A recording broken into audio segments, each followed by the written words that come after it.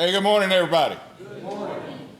This is the adult acting, supposed to be, Sunday school class here at 7th Avenue. We are studying in the book of Luke.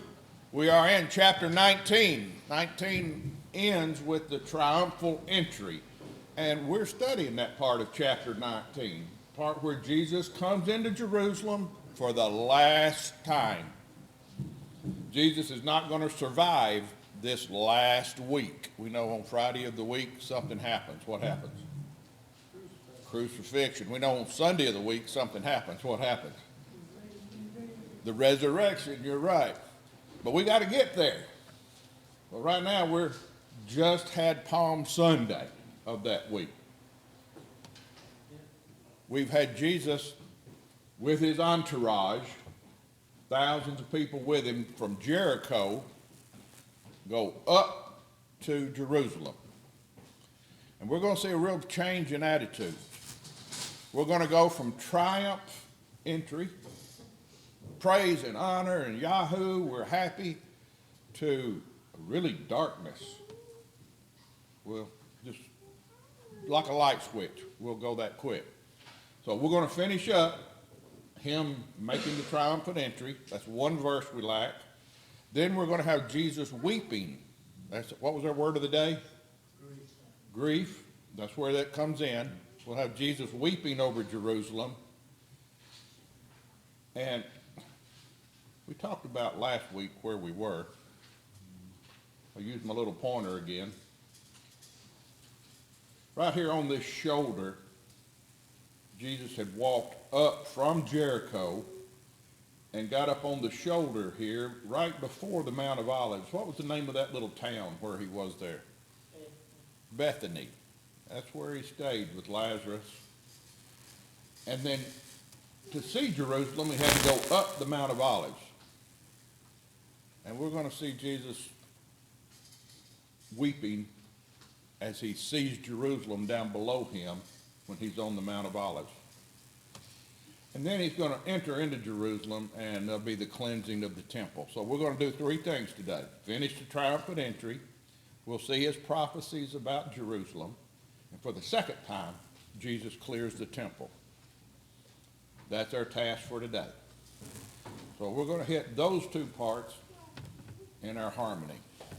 We talked about it last week. This is in all four Gospels, the triumphant entry is. And when you look at the four Gospels, you'll see the triumphal entries in one day. Then Jesus comes back to Jerusalem, come from Bethany on the day after for the temple cleansing. So if you read all four of the Gospels, you'll see that we got 2 days happening here. Triumphant entry is one day. Then the day after that is Jesus weeps over Jerusalem and goes into the temple and throws out the money changers. So there's 2 days going on here. All right, Bobby just told me the little town of Bethany was where Jesus was staying. And he'd go through Bethpage over the Mount of Olives and then go down into Jerusalem. About 1 to 2 miles from Bethany to Jerusalem. And keep in mind, it's Passover week. What happens to the crowds in Jerusalem during Passover week? It just balloons. You're exactly right. It's overflowing. Not only is Jerusalem full, but people got tents on the outside the city walls. Mount of Olives is full of people. Bethany's full of people. Just people everywhere. And let's finish up this last verse on the triumphant entry. And he said, and he answered and said unto them, I tell you that if these people should hold their peace, the stones would immediately cry out. Remember, the Pharisees had come to Jesus and said, you need to have these people quit praising you. You need to tell these people to shut up yelling Hosanna. You need to tell this crowd, get them under control, because what they're doing is blasphemous. And you're egging it on. Get these people under control. And Jesus' response was, well, if the people don't praise me, the very rocks they're standing on will. So the Pharisees had told him to quiet those that received him as a king. But on this day, Jesus was going to be praised. Jesus said, even if it takes the rocks to do it, Jesus will be praised. And that's kind of an odd thing for us, but for them, first century Jews, the idea of creation praising God is not unusual. If you go to their songbook, what's their songbook called, y'all? Psalms. The book of Psalms? Mm-hmm. All right, so if you go to their songbook, you will find verses in there that talks about the trees, the hills, the oceans, the rivers, the mountains, valleys, cattle, creepy things, birds, and fields, all giving praises to God. They're all things he created, right? They will praise God. So for Jesus to say a statement like, look, if the people don't, the rocks will, that's not as strange to them as it is to us. And I want you to keep the stone reference in mind. The generic Greek word for stone is what's used here. It's not a word for a shaped stone or a pebble, or it's just like we would say rock. You know, it's just a generic term. And Jesus is going to spend a couple days teaching. And there's going to be 4 references to stone. And they all use that same word. And we're going to run into them when we get into chapters 20 and 21. Here in verse 40, the stones will cry out. Verse 44, we'll find stones tore down, off, where the walls are torn down. We'll see next chapter the rejected capstone, and we'll see goodly stones in the temple. So stones we'll see that word a lot. I got to tell you though, this is the last time Jesus gets praised. It gets dark from here. In fact, the very crowd that's right now throwing their coats down, putting the palm leaves down, by the end of the week, what's that crowd going to be? That's right. It's that same crowd that's going to be saying, crucify him. So how are we going to get from Palm Sunday, where everybody's adoring him, to a crucifixion Friday when everybody's saying kill him? Well, they think it needs a super good day. Then they're going to get their frock knocked out. They are. All right. But keep that in mind. We're going from Palm Sunday to Crucifixion Friday, and we got a crowd going 180 degrees. So this is the last time we see praise. Now let's talk about the next day. And when he was come near, he's going back to Jerusalem. He beheld the city, and you can imagine him walking up the western side of the Mount of Olives, cresting it.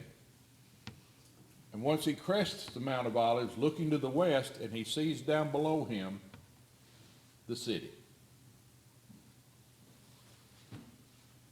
He saw the city, and he wept over it. You know, what's the shortest verse in the Bible? Jesus wept. Yeah, Jesus wept. Everybody, I memorized the Bible verse. Yeah, I got it. 2 words. This is, in the Greek, a different word than that time. You can weep, you can laugh till you cry, till you weep. This weep in the Greek, and it's not the Greek word where in John 11 he wept at the grave of Israel. This is the strongest possible Greek word for grief that there is. It's a word that means you're shaken to your core. The grief is so strong that you can't control yourself. I've been there. You've been there. I saw you do it when that Lost Cliff. but it's that kind of grief. It shakes you where you can't function even, right? But really, let's look more. What did shake Jesus right here? He understood this praise that they just gave him. He knows it ain't going to last. It's superficial. He knows what's coming at the end of the week. He knows there's going to be a rejection.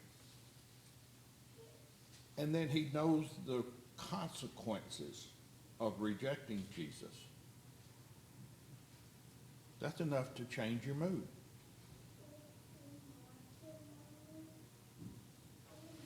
And so Jesus is weeping because he's looking at Jerusalem, and he says, if thou hadst known, watch this, it's kind of circular. If thou hadst known, even thou, at least in this thy day, the things which belong unto thy peace, but now they are hid from thine eyes. Let me rephrase it. You had your opportunity, now you don't.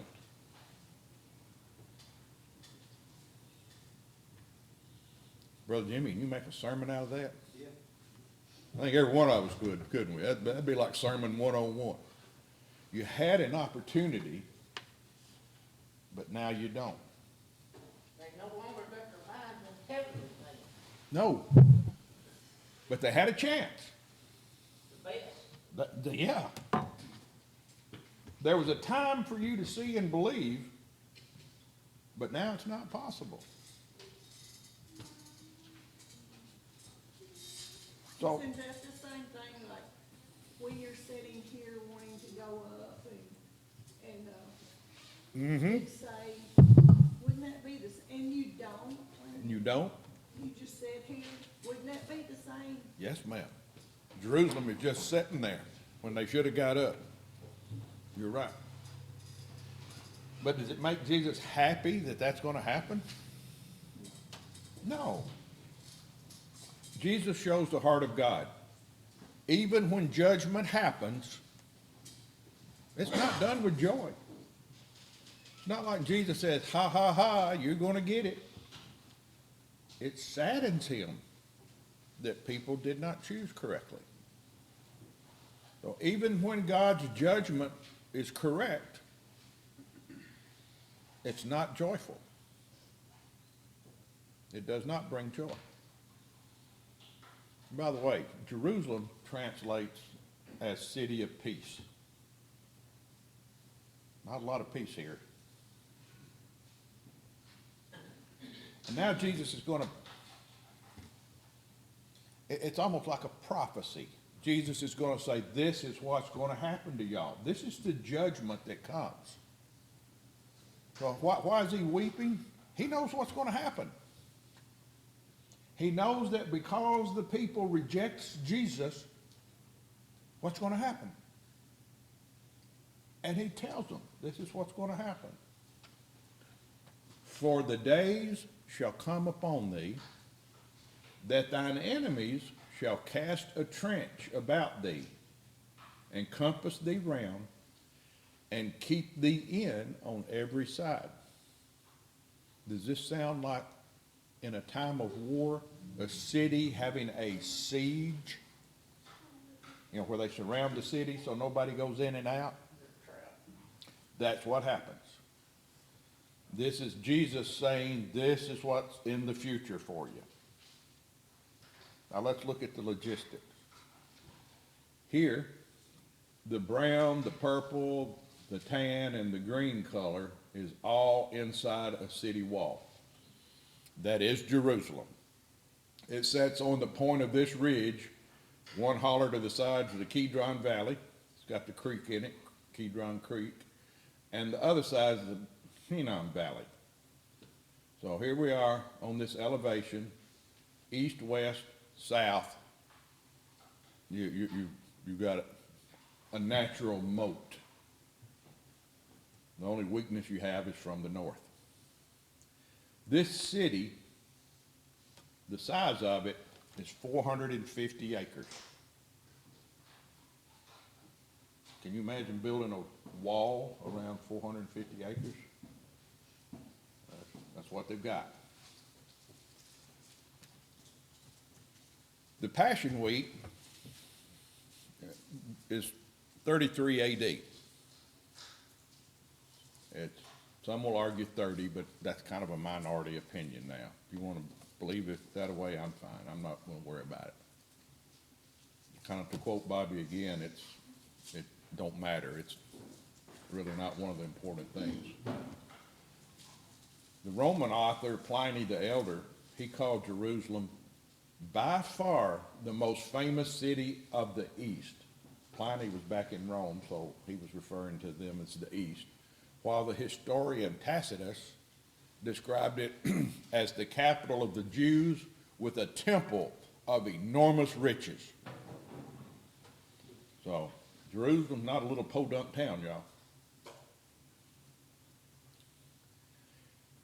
In 66 AD, the Roman procurator seized the temple funds. In other words, he taxed them, and he took the temple tax.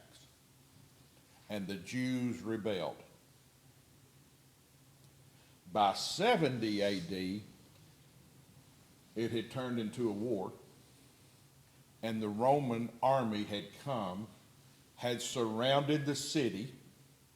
Isn't that what the verse says? They're going to surround you.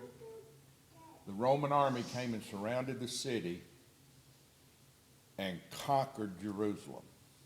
The city was destroyed. There's a whole lot of history there. It's really cool. I won't go into it. When I do history, about some of you, your eyes glaze over and you have flashbacks to high school history class or something. And the other half of you are like, oh, okay, that's kind of cool. We'll stick with the facts. In 70 AD, 71, the year after Jerusalem was conquered, a triumph. Remember we talked about that parade?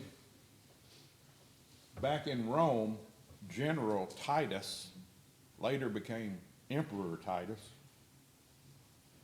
A entry parade, a triumph parade celebrating his victory in the East was held. Items from the temple were part of the parade. Things like the menorah, the table for the showbread, all of that showed up in Rome in that parade as the spoils of war. So much gold, it's recorded, so much gold was gotten out of the temple and from the raiding of the town that it depressed gold prices worldwide for the next several years. What does that tell you about how rich the town was? In a global economy, Rome was, gold got depressed because so much gold got on the market. That was a town worth raiding for them, wasn't it? The people either did not survive or they were carried to slaves. One of the popular uses for the people that got captured was to put if you were young, someone old like me, they'd have just killed them on the spot. They're not worth transporting. But if you were young, they would put you in the gladiatorial games. And there was one famous one where they had a birthday party for one of he wasn't the Caesar, but he was like a step below. And they put 2,000 captured Jews in the arena and turned the wild animals loose. So they was all dead. I mean, that was the entertainment for it. That was part of the birthday celebration. This is just history, y'all. But I'm telling you all this because what about this prophecy that Jesus says? It happened, didn't it? They had their chance. And then if they missed their chance, judgment was coming. And this is the whole point. Judgment is coming. And so Jesus tells more. And shall lay thee even with the ground. and thy children with thee. What's that mean? Lay even with the ground. You're dead on the ground. That's right. And they shall not leave in thee one stone upon another, because thou knewest not the time of thy visitation. What does that one stone on top of the other one refer to? That's right. The temple caught on fire. Well, what does gold do when you put it in hot temperatures? It melts, and it flows into cracks, don't it? Well, the temple caught on fire, and it was full of gold. How you going to get any gold that flowed into the cracks? Take it apart stone by stone, and that's what happened. This prophecy came true. Because why? You knew not the time of thy visitation. What's thy visitation? Right. You didn't recognize when the Messiah did came. Herod's temple, part of a larger complex called the Temple Mount. I'm a little pointer. I got the red dot running around the outside of the temple. That outside wall. That's the entire temple complex. This building in the middle, or a collection of buildings in the middle, that's called Herod's temple.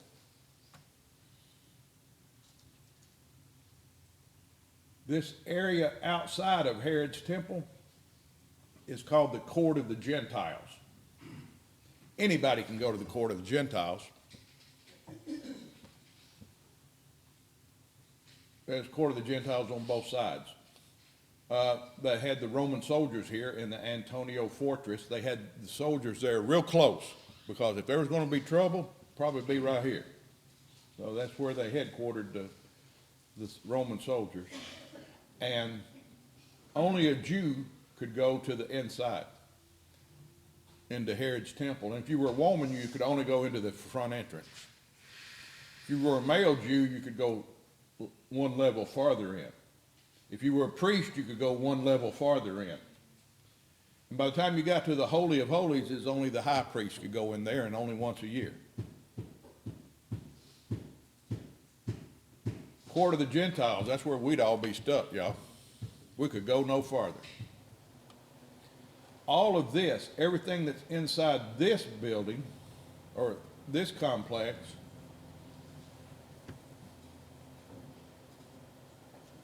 is about 36 acres. Give you a context. If you're going to go down here to Linden, you know where the car wash is outside of town? Across the highway, there's some river bottoms. That's 35 acres. Each of those, there's 3 river bottoms right there as you go toward Linden, one right after the other one. Each one is about 35 acres. You can imagine the temple complex was the size of that river bottom, one of those river bottoms. And if you've ever walked from one end of that to the other like I have, it's a pretty good little hike. Herod's temple, the buildings in the center where Jews can go, adds up to about 14 acres. That's, again, a pretty good sized piece of ground with buildings on it. And that means the remainder, there's like 22 acres. If I did my 36 total minus the 14, and I got 22 acres for the Gentiles. Well, counting the walls and the towers and the gates and all that, I got 22 acres for the court of the Gentiles. What are those 2 things that look like lawn chairs? Right in here, Yeah. I have no idea. I don't know what it is. Maybe they That's a leave cage you keep a line in. Yeah, probably. But we're going to see what they did in this court of Gentiles. And you're right about the animals part. So when the Romans broke through the wall of the city, they destroyed every bit of this by leveling it. That's a pretty good job, isn't it? I mean, when I start talking about 14 acres worth of buildings and 36 acres worth of a complex, That's a lot of effort to tear that down stone by stone. And that's no bull. And no bulldozers, you're right.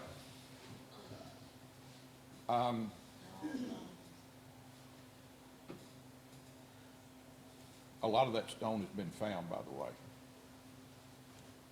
It was used to build a temple to Jupiter.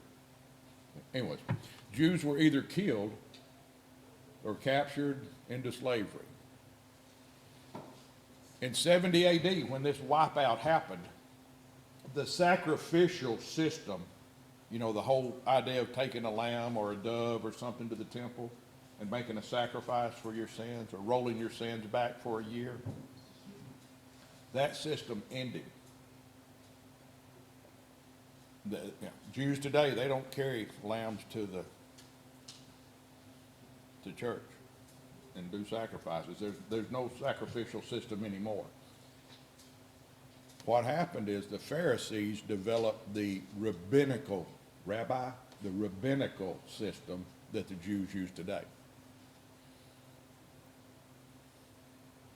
So it said, because thou knewest not the time of thy visitation. And this may sound cold, but here's how I wrote it. When you miss your opportunity to do something with Jesus, all that is left is to wait for the judgment coming.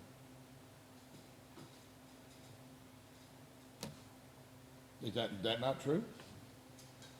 Everybody, you looking at me like no response on that. Let's do the math. I said this happened in 70 AD. We know Jesus was crucified 33 AD. So I'll subtract, I got 37 years between the time of crucifixion of Jesus and the destruction of Jerusalem. So there's 37 years after they rejected Jesus, judgment happened. Why didn't it just happen the next week? Get it over with, God. Give them time to repent. Yeah, it happens, yeah.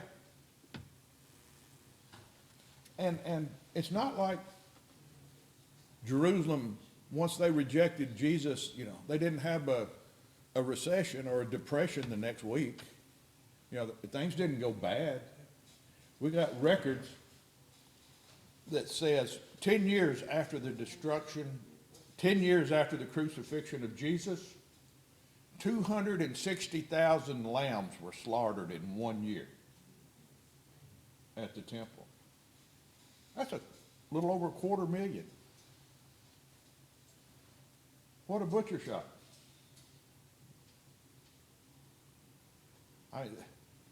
Things was good years after Jesus was killed.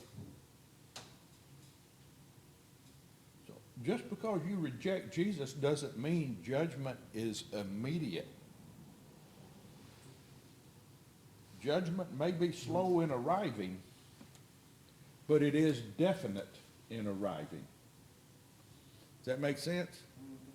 I've heard people say things like, well, they may not pay on this earth, but they'll pay in the next. And that's a true statement. Mhm. That is a true statement. And that's where they get that. Mm-hmm. Because judgment may not be swift, but it is sure. And I'm going to say this, does this teaching about judgment's timing apply to us?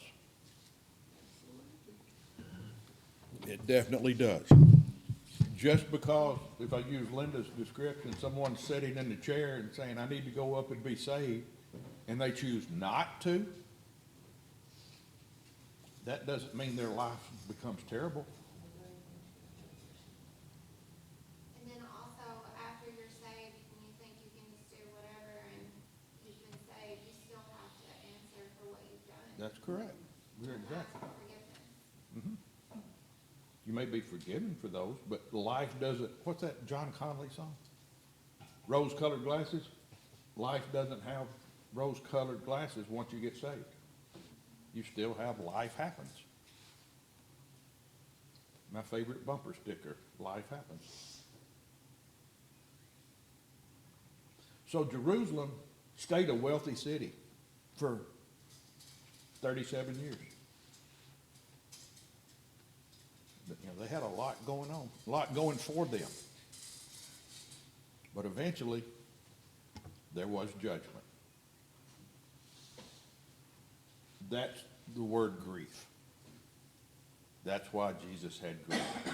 He knew this judgment was coming because they rejected Jesus. Same story that we hear Sunday after Sunday, isn't it? Judgment is coming if you reject Jesus. All right, so we've done two things so far. We finished up the triumphant entry. The rocks was going to speak if the people didn't. We've had Jesus weeping over Jerusalem. Why? He knows the judgment's coming.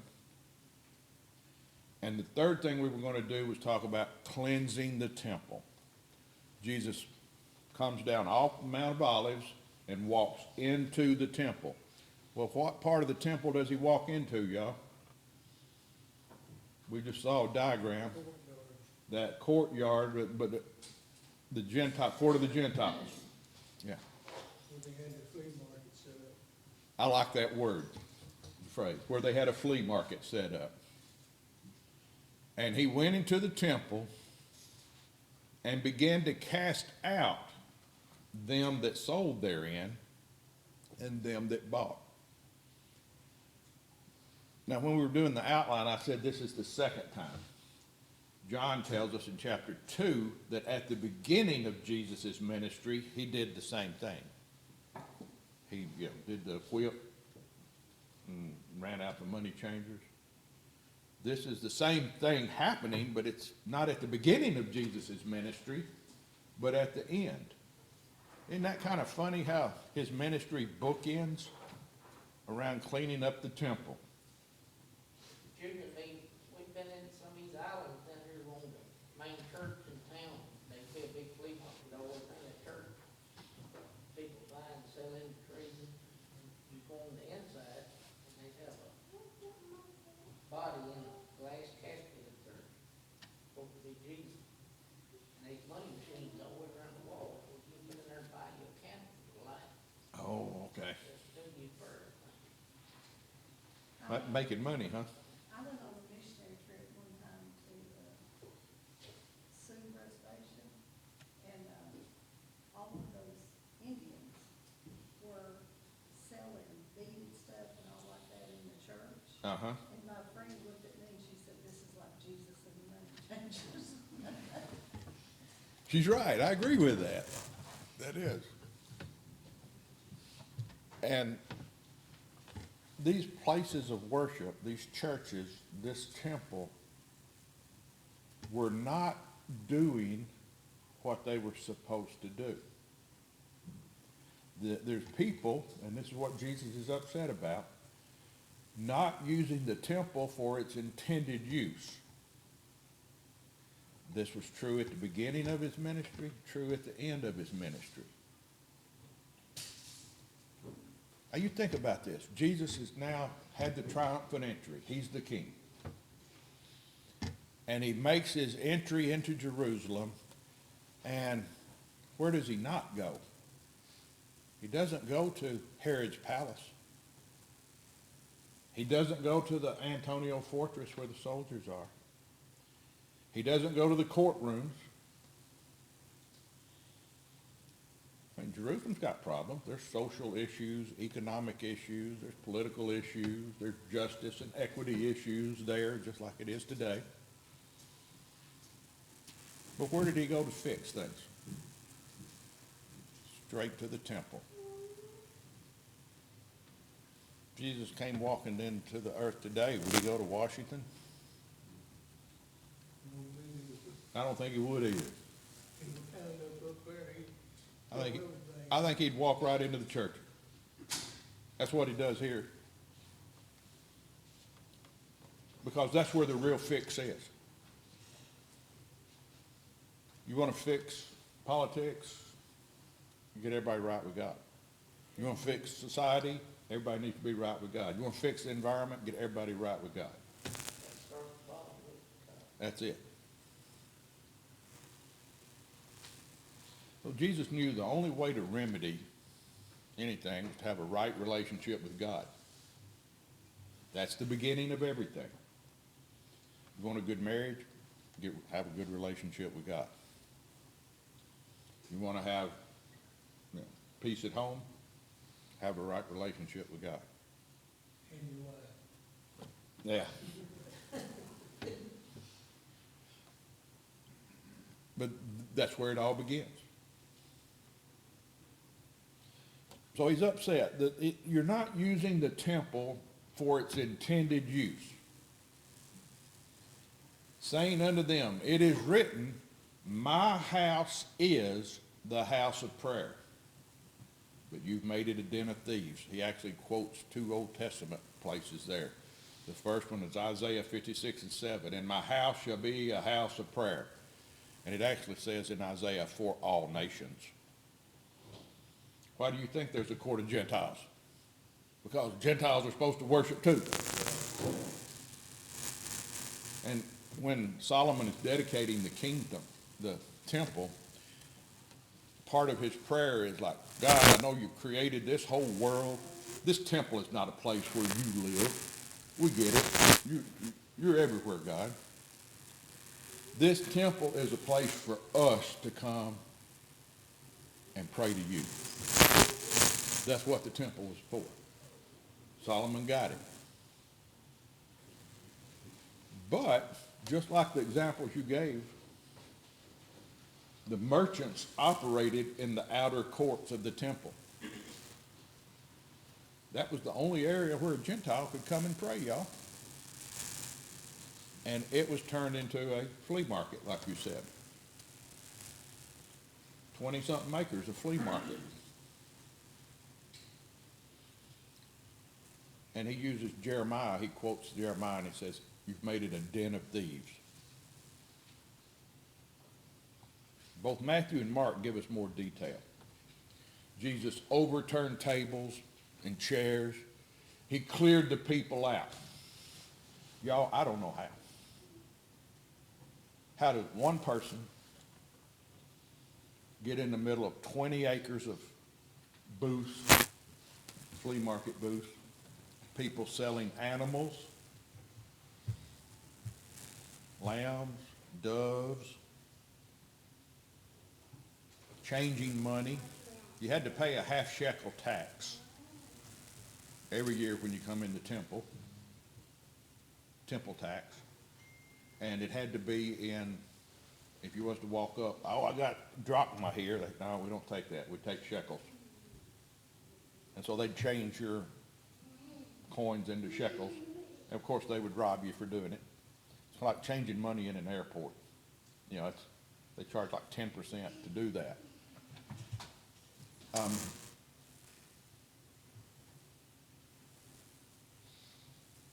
It's a place of commerce. How can one man make 20 acres worth of people leave? I don't know. I don't have an explanation. I hope God made a video. I'd like to see it someday. But I guess that speaks for the fact that he is God. I mean, if Brother Jimmy, you do these. If you had a booth and at a place and you'd paid rent to be at that place, and somebody comes in and says you got to leave, you might have to ask some questions, right? right, yeah. Well, somehow or another, Jesus gets thousands of these people out of there. And they stay out for a couple of days because he's going to teach in the temple. Now, we know they come back. But I can't give you an answer how this happens. It's a God thing.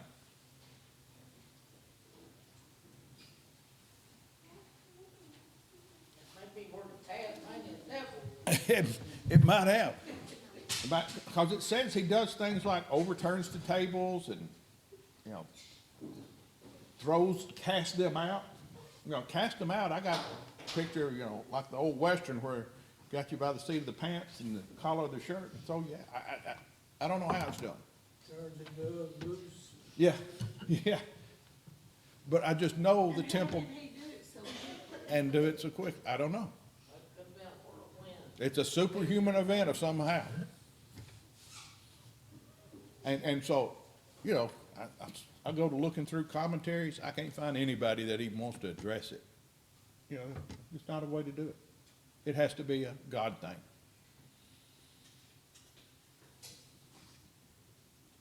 And he taught daily in the temple.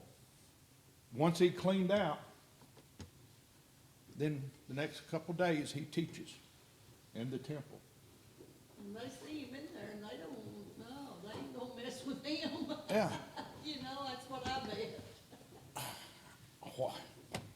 Again, though, I mean, just like I asked Brother Jimmy, you know, wouldn't you have some questions like, what's going on? No, I paid for this. You're not making me move. But it happened. And then Jesus taught. We get chapters, we're finishing up chapter 19.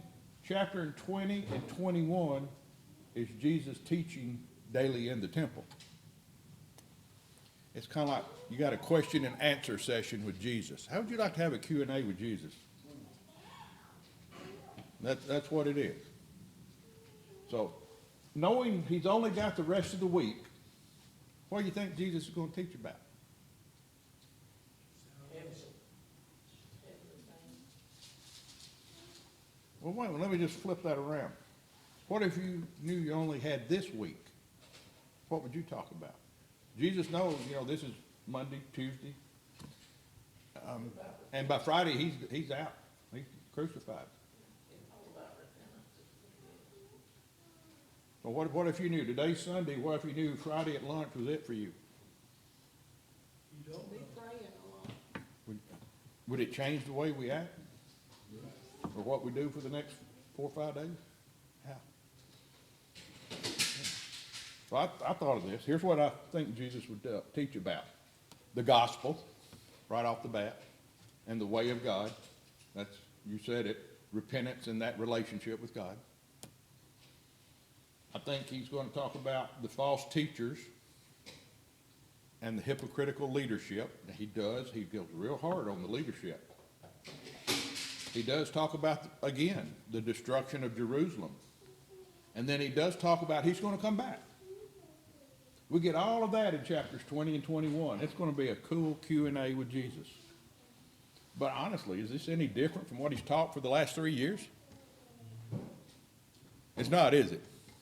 Or probably Levites and priests that was being charged in the temple and all that. They were plotting because what's the next verse? What's the next verse? Matthew also stated that there was some healings going on. So we're going to see, we'll miss someone sitting there. How do you miss someone sitting there with the power of God? That is the fulfillment of prophecy that came to seek and save. You want to do a divine sermon, there you go. Divine authority, divine revelation, and divine purpose. Now, Bobby, to answer your question, the leaders felt like they're losing control right here. How do we know that? Last half of verse 47 says, but the chief priest and the scribes and the chief of the people sought to destroy him. The chief priest, that's who ran the temple. Chief priest and those Levites. The scribes, they were the scholars. They were the lawyers and the ones that knew the law. And the chief of the people, you can start with the Sanhedrin.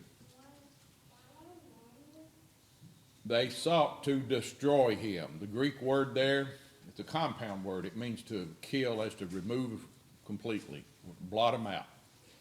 They didn't want just Jesus dead. They said, we want to just scratch out the whole history of Jesus. And could not find, verse 48, what they might do. For all the people were very attentive to hear him. They couldn't figure out what to do because the crowd sitting there is hanging on to every word he says. Attentive is a Greek compound word. It means hanging on to the speaker's lips. Well, you've heard of hanging on to every word. That's what it is in the Greek. Hanging on to every word. The Jewish leadership eventually figured out what they could do. They got Judas, and you got crowd manipulation. So that by Friday, they could get rid of Jesus. But you got to keep in mind, and we'll see that happen as we go through this. And it's not just the Jewish leadership that rejects Jesus. After the resurrection, we're told there was 120 people left in Jerusalem that worshiped Jesus. 120. We got thousands and tens of thousands of people. There's 120 left. In all of Galilee, where he had most of his ministry, there was 500 left. People made a decision about Jesus in their lives. And many chose wrong.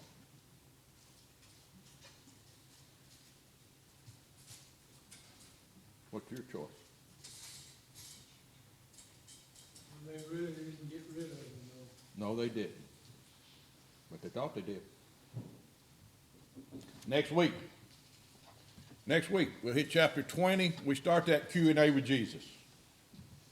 He just starts fielding questions while he's teaching there in the temple. Anything else?